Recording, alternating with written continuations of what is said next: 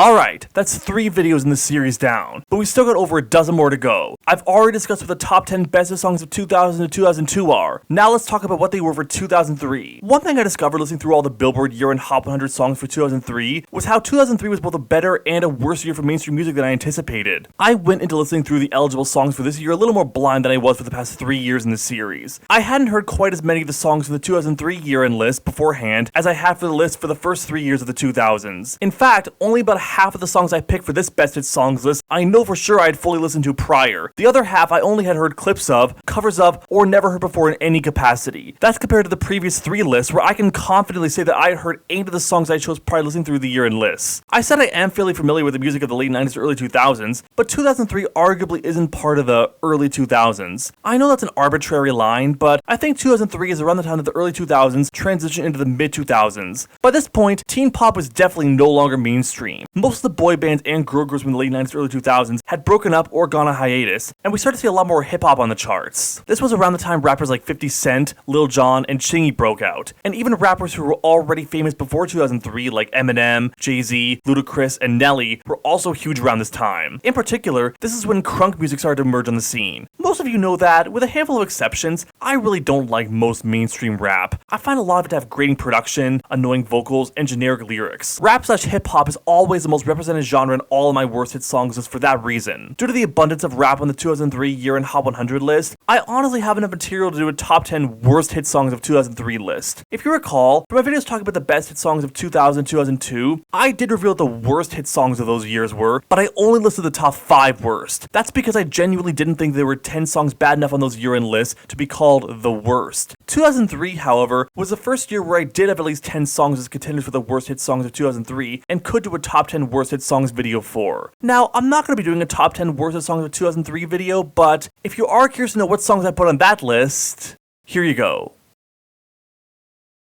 That being said, however, I also really enjoyed quite a few songs on the 2003 year-end Hot 100 list. On average, I'd say the songs I put on this top 10 list are actually better than those on my 2002 list. While I always come across at least a couple pleasant surprises for each list, I came across a few more than I was expecting for this list. The best hit songs of this year were definitely stronger than they were for 2002. The highs were definitely higher, although the lows were definitely more abundant. So yeah, 2003 was both a better and worse year for mainstream music than I anticipated, and I'm really excited to talk about the good hit songs of this year. So let's get into that. Just a few reminders as always.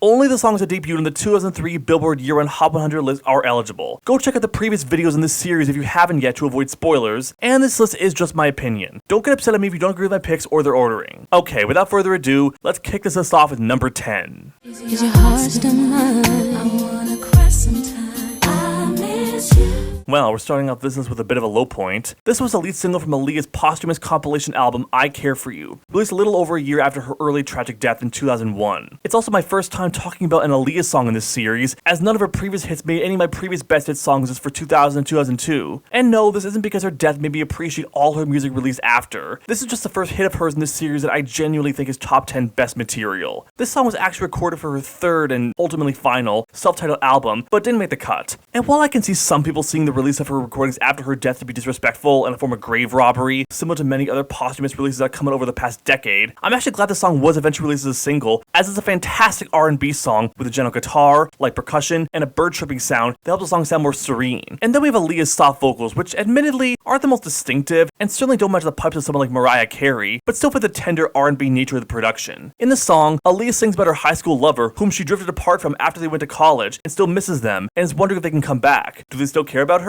Are they still the same? And have they been with someone else since their departure? She can't stop thinking about the days they used to share, and when they used to do everything for each other. It is true that many relationships drift apart soon after high school, and oftentimes, your high school crush or partner isn't the person you end up with, even if you thought they were. And sometimes, the thought of someone you knew but drifted apart from can cross your mind, and you're wondering what they're doing now, and if they still care for you, or even remember you. As the song is sung by someone who was quite young when she started her career, and sadly died very young at only 22, it feels very fitting. It has a youthful feeling to it, especially with the aforementioned bird-chirping sound that gives the song a very innocent sound. It's easily the best R&B song to make the 2003 year-end Hot 100 list, and Aaliyah's best hit of the 21st century. It's a shame that she unfortunately didn't get to experience the public's reactions to this song. I'm sure she would have been pleased that many people, including myself, love it. Aaliyah, you didn't deserve to die so young. I miss you. But I don't care.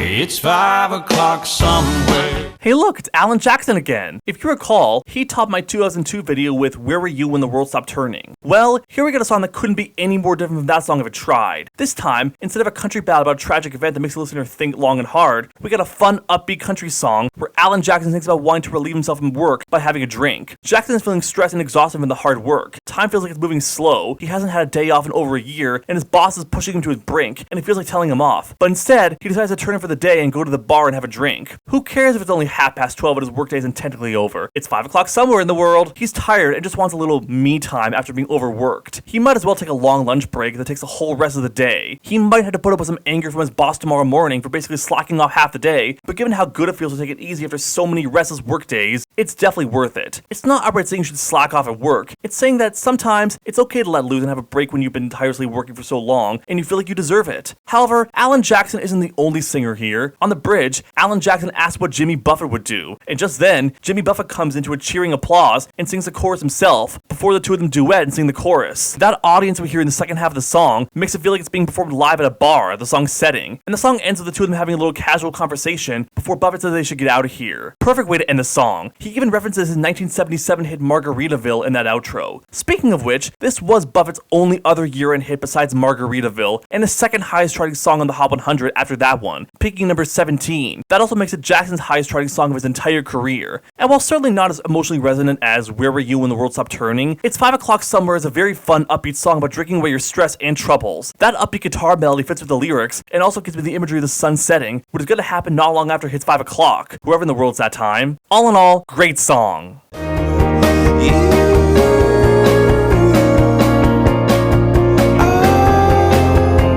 And here we got Coldplay's first song to be a hit in the USA. This band is of course way bigger in their native UK than in America, but they've gone to become one of the biggest British bands of the 21st century with over 2 decades of hits both on their side and this side of the Atlantic. And while Clocks wasn't the first Coldplay song to chart on the Hot 100, being beat up by their 2000 single Yellow, it was the first to hit the top 40 and, like I said, make a Billboard year-end list. And I'm so glad for that because Clocks is an absolutely incredible tune that's definitely the most poetic song to be a hit in 2003. The piano melody gives the song a soft, atmospheric, and almost haunting sound to it, which is only elevated thanks to the light guitars, drum beat, and Chris Martin's cooing vocals. It gives the song a louder element, while still not being too overpowering and still sounding overall soft. I said this about Heaven by DJ Sammy and Yanu featuring Do in the 2002 video, but this song also reminds me of Children by Robert Miles, just less dreamy, but it does give the song a very foggy feeling. The imagery that there's a thick white fog that's difficult to see through, and given on how you interpret the lyrics, perhaps that imagery fits well. The primary reason why this song is the most poetic hit song of 2003 is due to the lyrics, which could be interpreted a number of different ways. I'll be honest, I wasn't really sure how to interpret this song when I first read the lyrics. Though according to Genius, these lyrics are very existentialist, referring to the paradox of wanting to live your best life and seize a day, yet also a sense of urgency and the time is running out. That's most evident at the beginning of the second verse, which goes, "Confusion never stops, closing walls and ticking clocks." I like how the mystery of the lyrics seems to fit with the mysterious, atmospheric sound of the song itself. Just like how it's not 100% clear what message it's conveying, it's also not clear what's in front of the thick white fog in front of you. This is the kind of song that's meant to make you take it in peacefully as opposed to sing along. Outside of the verses, the lyrics are very simple, with the chorus simply repeating, "You are," the bridge repeating, "Nothing else compares," and the outro repeating, "Home, where I want to go." I almost get the impression that this may have originally been intended as an instrumental track before lyrics were added. Now, this is only number 8 on this list because, as great as it sounds, it's one of those you don't listen to for fun songs, but it's still very good, and definitely among the top 10 best hit songs of the year.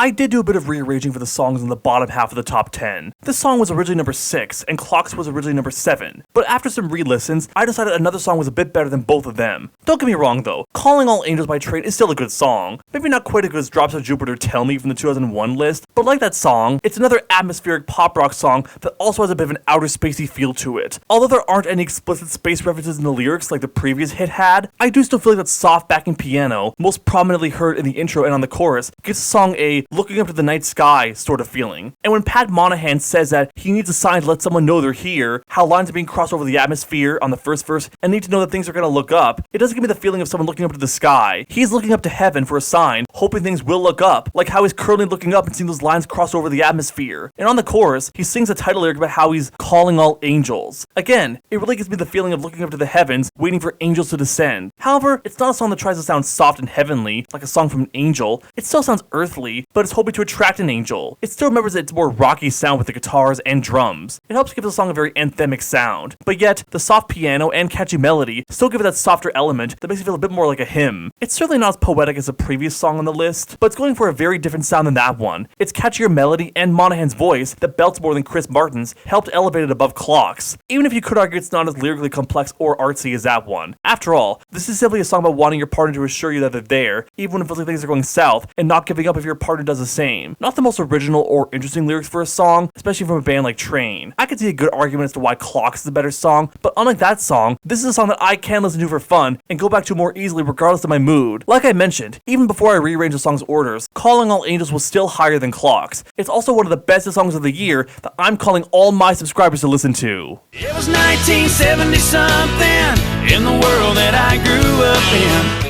This song was originally number 9 on this list. And okay, maybe having a song called 19-something at number 9 would have been a really nice fit, but I decided this song deserved to be a few slots higher. And it's not like I didn't have a good reason to do that. 19-something by Mark Wills is a really great country song thanks to its bright guitar chords and upbeat catchy melody, fitting with the lyrics about happily looking back in your past and having nostalgia for your carefree childhood. Mark Wills reminisces back to his childhood of the 1970s and 80s. In the first verse, he mentions various bits of 1970s pop culture, such as Stretch Armstrong action figures, Farrah Fawcett hair, bell-bottoms, and 8-track tapes. And in the second verse and chorus, he mentions various bits of 1980s pop culture, such as the Rubik's Cube, watching MTV, black Trans Ams, big hair, and parachute pants. He also mentions memorizing the Pac-Man pattern, seeing Star Wars over and over again, having a shoebox full of baseball cards, remembering his mother crying when Elvis passed away, recalling the Challenger disaster, and having his first crush. Although all these pop culture references are from before my time, before I was even born, I still get the nostalgic feeling from listening to this song, and I can definitely understand Wills' fondness for all these things from his childhood. Even things specific to his family, like his father shaving off his sideburns, or his family getting their first microwave, still feel relatable, as every family goes through appearance changes or as a first in terms of new technology. He may have looked cheesy back then, but he wouldn't trade those days for nothing. On the bridge, he even mentions that now, as an adult, he has a mortgage and an SUV, and that all the responsibility that comes with being an adult makes him sometimes wish he was back in his childhood of 1980-something, living his carefree childhood. And yeah, as someone who's also an adult, but still retains some aspects of his inner child, I can definitely relate to that. Sometimes I wish I was still a kid too. This song almost makes me want to write a similar song about growing up in the 2000s and early 2010s, mentioning stuff like listening to Avril Lavigne, watching YTV and Teletoon on TV, and Ninja Higa on YouTube, playing Mario Kart Double Dash on the GameCube, or Club Penguin after school, all things I did during my childhood. That concept of feeling nostalgic for your past and wishing you could be a kid again and have no adult responsibilities is very timeless. It's definitely the best hit country song of 2003. I wouldn't trade it for nothing. I don't know why I didn't come.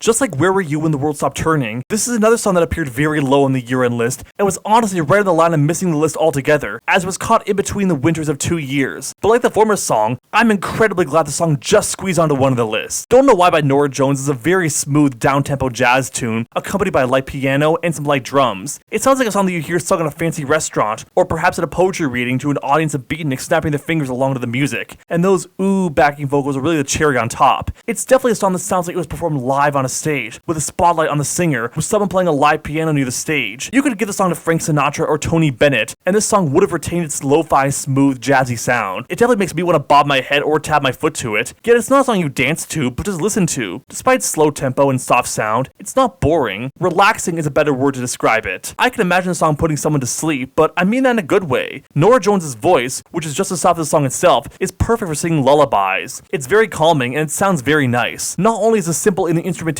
but even its lyrics are quite simple. This song doesn't follow a typical pop song structure. It's debatable whether the song really has a chorus, since the section containing the titular "I Don't Know Why I Didn't Come" lyric is only sung at the beginning and end of the song, and the other lyrics besides the title lyric in that section are different in each. Aside from the title lyric, the only other part of the song that lyrically repeats is the "My heart is drenched in wine, but you'll be on my mind forever" bridge. You could definitely tell this song wasn't made for a pop audience, yet it seems enough pop fans loved it for it to become Norah Jones' highest charting song and only hit. This song also won 3 Grammy Awards in 2003 for Record of the Year, Single of the Year, and Best Female Pop Performance, all very well deserved. Although given the fact that Norah Jones didn't have any more hits after this one, and this ended up being one of only 2 songs before it even cracked the Hot 100 at all, it seems that Norah Jones getting a year-end hit was a one-time thing, which is a real shame. I don't know why the song managed to become as big as it did, despite being somewhat unconventional for a Hot 100 hit, but I do know why I love it, and hopefully I've convinced you why you should love it too. Why don't you and I get together and take on the world and be together forever?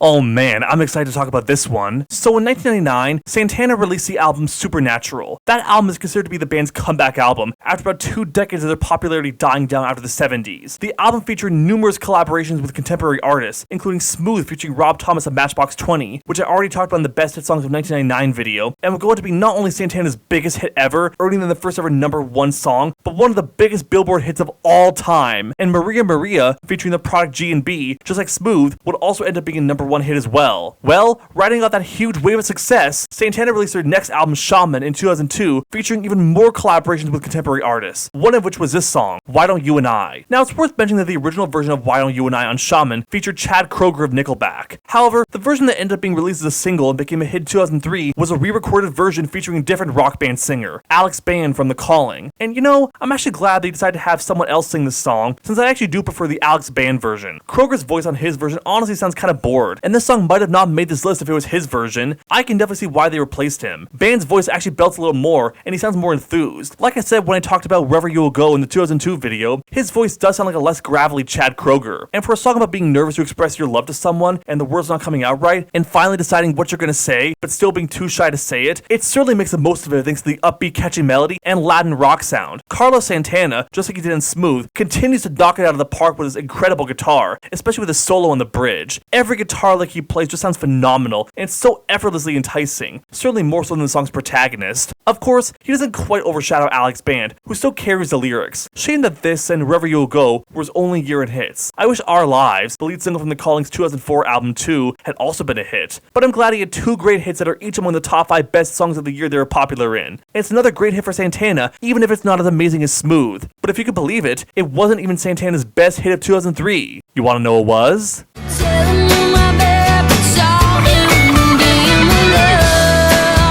That's right, Santana has back-to-back songs in my top 10 best songs of 2003 list. Both Santana and Michelle Branch had 2 songs on the 2003 year-end Hot 100 list, and the higher charting song, both in the Hot 100 and the year-end list, are thankfully the better ones. Although Are You Happy Now, the lead single from Michelle Branch's 3rd album Hotel Paper, was also a contender for this list. Like the previous Santana song, The Game of Love is another song that has a fantastic Latin rock sound, and Carlos Santana were just running away with the song thanks to his awesome guitar licks. Except the guitar is even more prominent here. That guitar solo after the bridge just sounds fantastic, and it's honestly up there with Smooth. I'm actually not sure if I like Smooth or The Game of Love more. Like Smooth, that fantastic guitar, combined with the horns, gives the song a very upbeat, enticing Latin rock feel, fitting for yet another love song. And Michelle Branch, who already had a couple top 20 songs prior to this song, had already established herself as a pop rock singer. As such, she just fits like a glove here as she sings the lyrics by telling a partner who's drifted away from her that they could be together again. All it takes is one kiss. They'll have plenty of laughs and maybe a bit of pain. No one ever said their relationship would be perfect, but it's all in the game of love. I also like how Branch says, "You roll me, control me," fitting with the Game of Love theme. You could roll a great relationship with her on your next dice roll. You can control her like a video game character. She's waiting outside the door of your candy store, and whenever you want, you can be with her. The song just sounds so magnificent, and I don't think the song would have sounded as great from any other artist. In fact, there is another version of this song with the late Tina Turner instead of Michelle Branch. That version is decent, and Tina Turner's Diana Ross-esque vocals do sound very soulful, but I think Michelle Branch's pop rock vocals fit it better. Plus, I like the higher key used in the Michelle Branch version. I do still recommend you check out the Tina Turner version as well though, and I can definitely see some people liking that version more. But I'm glad it was a Branch version that was chosen for the album and to be a single. Not only would it have performed better since Branch is a more contemporary artist, but like I said, it's a better version. Yeah, both Santana songs on the 2003 year-end list have 2 different versions sung by 2 different artists, but the versions released as a single are the better versions, and both songs are fantastic. Go give them a listen. I am beautiful, no matter what they say.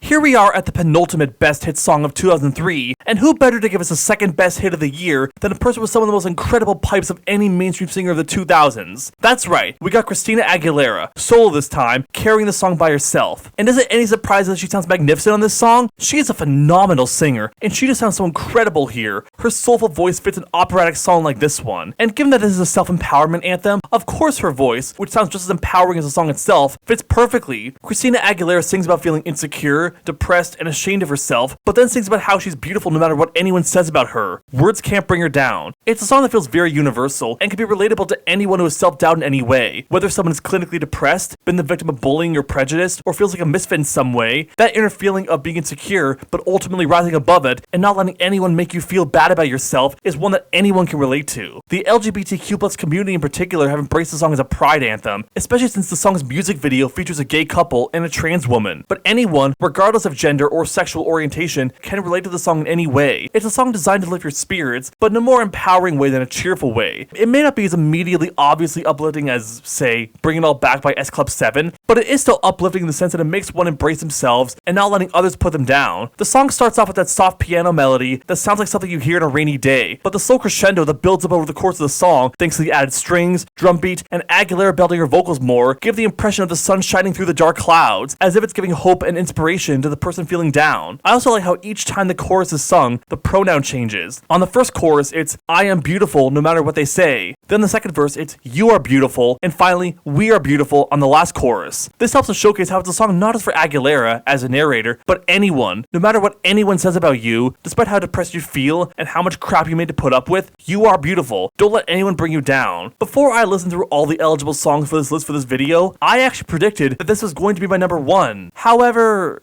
it didn't end up topping this list. But before I get to what actually did top it, let's go through some honorable mentions. I'm here without you, baby, but you're still on my lonely mind. Yeah, this song just missed the list. It's my number 11. Aaliyah's Miss You just edged it out, but it's close behind. It's a really good song courtesy of rock band Three Doors Down, who ended up delivering what would ultimately be my favorite hit song of theirs. I like the power ballad sound and build up to the crescendo on the final chorus. It fits the lyrics of being lonely without your ex-partner and continuing to think of them and dream about them. I like how it doesn't sound too loud, so as not to clash with the post-breakup lyrics. Both Brad Arnold's gruffer voice and heavier guitars from the band's other 2003 hit When I'm Gone are absent here, which is a good thing in this case. Great song. I won't worry my life away. I feel like a lot of people forget that I'm Yours from 2008 wasn't Jason Mraz's breakout song. And while I'm Yours would end up being his most popular song and the one people remember most, The Remedy I Won't Worry was his most popular song before that one and his first top 20 hit, peaking number 15. It's a pretty upbeat song about how you shouldn't worry about every little bad thing that happens to you because the remedy is the experience. In terms of uplifting songs meant to lift the listener's spirit, it's certainly no Beautiful by Christina Aguilera, but it's still an entertaining ditty that is sure to alleviate some of the weight off your shoulders if you're having a bad day. I won't worry when this song is playing. And the view I love the most is my front porch looking in. Hey look, it's Lone Star again. While this song definitely isn't as heartfelt as I'm Already There from the 2001 list was, My Front Porch Looking In is still a pretty good song that's also about loving your family. Despite all the beautiful places the narrator has traveled to and seen, whether it's the mountains or canyons, the view he loves most is out his front porch looking in, because that's a view where he can see his family, his wife and 2 little kids. It's a very sweet song, and it's accompanied by a great upbeat country sound, with fiddles to help make the song sound more organically country. This country band is capable of both great ballads and great upbeat tunes too. Check the song out. You're bound into Wonderland. I'll admit some bias here. I'm a sucker for saccharine acoustic ballads, so of course I'm going to love Your Body's a Wonderland by John Mayer. While No Such Thing was his breakout hit, this is a song that really established who Mayer was and the kind of music he'd be known for. It's a very sweet song about wanting to make love to your partner, accompanied with a light catchy guitar melody and light twinkling percussion that makes me feel like drifting away into the light clouds, as if the sweet lyrics comparing your partner's lips to candy and tongue to bubblegum didn't already do that. And Mayer's soft breathy vocals also help make the song feel pleasant and heavenly. This song is a wonderland. I've been waiting forever for this. This is the night. In 2002, Kelly Clarkson's A Moment Like This hit number 1 and made my best hit songs list for that year. Well, the following year, we got another American Idol single to hit number 1 from the runner-up of season 2, Clay Aiken. And while I don't like it quite as much as A Moment Like This, it sounds nearly as grand, thanks to a fantastic build-up, another great performance by an incredibly talented singer, another key change that's practically a requirement for any love ballad, and more lyrics about falling in love and waiting for the current time to come. It doesn't hit quite as huge of a crescendo as A Moment Like This does, hence why it's not quite as good as that song, and didn't quite make my top 10. Still a very good song though. Okay, now it's time to talk about 5 more honorable mentions, except these are ineligible honorable mentions. Songs that weren't actually year-end hits, either because they didn't chart high enough on the Hot 100 to be hits, or didn't chart the Hot 100 at all, but are still good songs that deserve a mention, as they would have been on this list if they had made the 2003 year-end list. Let's go through these before I reveal my number 1. I wanna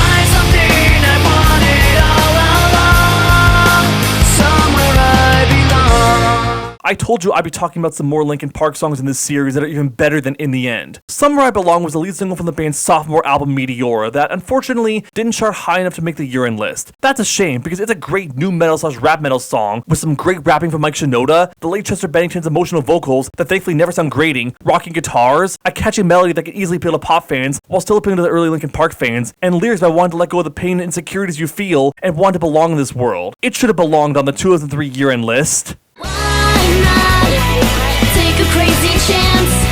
Why not do a crazy dance? You know what? I may be a 26-year-old man, but I'm not ashamed to admit that I gladly listen to Hilary Duff. This song was actually my number 4 most listened to song on Spotify in 2023. It's a fantastic pop rock/bubblegum pop song about telling a potential partner that they should take a chance on you. You could be the one for them, but they need to let you know. Don't miss your chance while you got it and make your move. If you lose a little, you might lose a lot. By the way, there were originally 2 slightly different versions of this song. The one played during the credits of the Lizzie McGuire movie, and the one from Duff's debut album Metamorphosis. Go with the Metamorphosis version. It's a bit better. Superficial, I'm a misfit, but baby, that's okay. And here we got the song for 2003 that was huge in the UK, but not in the USA. It was either going to be this song or Busted's Year 3000, but I decided to pick Amy Studd's Misfit for this slot. Just like Avril Lavigne or Michelle Branch, Amy Studd was another female pop rock singer whose heightened popularity was around 2002-2003, and Misfit was her biggest song, and I can see why. It's got a nice guitar melody, with lyrics about being a misfit and not being like those other dime a dozen superficial girls. You may not fit into high heels, flip your hair, or part of a VIP, but that's okay, because that's not the kind of girl you are. Be true to yourself, and don't try to be someone you're not just to fit in. More than fine, more than bad, getting by. Oh boy, I'm excited to talk about this song, not just because it's from an album I actually own on CD, but because it's from one of my favorite bands, Christian rock band Switchfoot. It's a song about wanting to simply be more than fine. Being okay or just getting by isn't good enough. It's not outright said in this song, but it's clearly a song about wanting salvation and wanting more than just fleeting happiness. Lyrically, it sort of reminds me of Stacey Oracove's There's Gotta Be More to Life, another good song by a semi-Christian artist from 2003. But anyway, More Than Fine is a Christian rock song that is definitely more than fine. It's fantastic. And speaking of fantastic songs from Christian bands, I can only imagine what it will be like. I said in the Best Hit Songs of 2001 video that Ocean by 10 Shekel Shirt is possibly my favorite Christian song of all time. Well, I Can Only Imagine by Mercy Me comes very, very close. It's one of the few Christian songs to actually chart on the Hot 100, even if that was 2 years after the song's original release in 2001. It's also another song whose album I actually own on CD. It's an absolutely beautiful song, starting off with the piano and slowly adding in strings, followed by the guitars and drums, with lyrics about wondering what it'd be like to be in front of God in heaven. It's a song that almost brings a tear to my eye, and I'm so glad I managed to break into the secular market. I can only imagine what that was like for Mercy Me. But now, let's talk about a song that actually did make the 2003 year-end Hot 100 list, and the song from the list I thought was the best. Here's the number 1 best hit song of 2003. These people got me questioning, where is the love? This is certainly a surprise. Just like Never Had a Dream Come True, which topped my 2001 list, this is a song that, although I had heard prior to listening through all the songs for this list, I didn't anticipate would be my choice for this list number 1, especially since it's a song by the Black Eyed Peas, an artist who have made a lot more worst hit songs lists than best. They've definitely made some legit crap, and they'll definitely be making a couple of my worst hit songs lists for 2019. However, they managed to make a genuinely fantastic and meaningful song with Where's the Love, and what I think might just be the best song from their entire discography. Knowing about much of the rest of the Black Eyed Peas discography, this honestly doesn't feel like a song they'd make. This feels much more like a song by some underground hip-hop artist that wouldn't chart very high in the Hot 100, if at all. But yet, it was a top 10 hit in America, and number 1 several other countries. And that was definitely deserved, because Where's the Love is an absolutely phenomenal song. It's a song that was made as a response to the political climate at the time, in the aftermath of 9/11 and the beginning of the War on Terror, and asking what's wrong with the current state of the world. The first verse from will.i.am raps about how despite the United States fighting terrorists overseas, there's plenty of terrorism happening within the USA too. The rival gangs, the Bloods and Crips, the KKK,